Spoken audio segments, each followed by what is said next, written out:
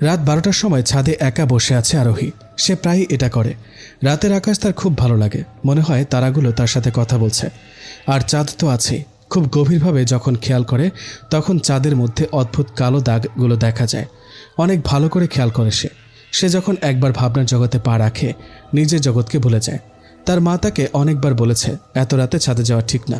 এমন সময় জিন বাইরে থাকে। মায়ের কথা হেসে উড়িয়ে দেয় সে। এমন না যে সে বিশ্বাস করে না জিন আছে। জিন বিশ্বাস না করার কোনো কারণ নেই, যেহেতু কোরআনে জিনের কথা আছে। কিন্তু রাতের বেলা ঘুরে বেড়ানোটা প্রিয়ার অদ্ভুত লাগে। আরোহী রাতে বসে আছে, এমন সময় বাতাসে আরোহীর চুল মুখের উপর পড়ছে আর সে বিরক্ত হয়ে সেগুলো পেছনে নিয়ে যাচ্ছে। এমন সময় হঠাৎই খুব সুন্দর কণ্ঠে কেউ বলল, যখন চুলগুলো সরতে চাইছে না তাহলে কেন সরাতে চাইছেন? কথাটা শুনে আরোহী ভয় পেয়ে যায়। এত রাতে ছাদে সে ছাড়া তো আর কেউ নেই। এদিক সেদিক খুঁজতে থাকে, আবার আওয়াজ করে, কিছু খুঁজছেন? সে এবার উঠে পুরো ছাদটা দেখল, কোথাও কেউ নেই। সে বুঝতে পেরেছে এটা নিশ্চয়ই তার মায়ের কাজ। তাকে ভয় দেখানোর জন্য কাউকে দিয়ে এটা করাচ্ছে, যেন সে আর ছাদে না আসে। কিন্তু ভয় পাওয়ার পাত্রী তো সে নয়, কিছু একটা সে করবে। অমনি আবার আওয়াজ, কি ভাবছেন? আরোহী বলল, কে কে আপনি? সামনে আসুন।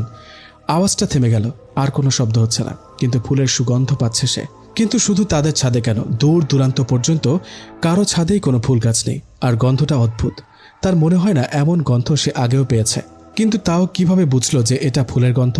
সে ভাবল, আজ নিচে যাই, কাল একে ধরার সম্পূর্ণ প্রস্তুতি নিয়ে আসব। সে যেই নিচে নামতে যাবে অমনি দেখে নিচে কিছু একটা আছে। সে ভয় পেয়ে পড়ে যাবে এমন সময় পড়ে না। মনে হয় কেউ তাকে ধরল, কিন্তু এখানে তো কেউ নেই। হঠাৎই দেখলো সেখানে একটা বালতি। নিজেকে নিজে গালি দিতে দিতে রুমের মধ্যে ঢুকলো। সে শুয়ে আছে, যদিও সে নিশ্চিত তার মা হয়তো এটা করেছে, কিন্তু তার মাথায় আসছে না যে পুরো ছাদ দেখার পরেও কিভাবে পেল না। আর সে যখন পড়ে যাচ্ছিল তখন তাকে কে ধরল ভেবে কোনো কুলকিনারা পায় না। হঠাৎই সে মিষ্টি গন্ধটা আবার পায়। কিছু দেখতে পারে না, কিন্তু সে মিষ্টি কণ্ঠটা বলে ওঠে, কি আমার কথা ভাবছেন বুঝি? হঠাৎই উঠে লাইট জ্বালায় আরোহী, কিন্তু কোথাও কিছু নেই। সে ভাবল হয়তো অতিরিক্ত চিন্তার কারণে সে এসব ভাবছে। গন্ধটা তখনও যায়নি। সে ঘুমিয়ে পড়ল। হঠাৎই অনুভব করল কেউ তার মাথায় হাত বুলিয়ে দিচ্ছে। সে হাতটা ধরে ফেলল, কিন্তু অদ্ভুত, হাতটা অনেক ঠান্ডা, মনে হয় ফ্রিজ থেকে বের করা হয়েছে।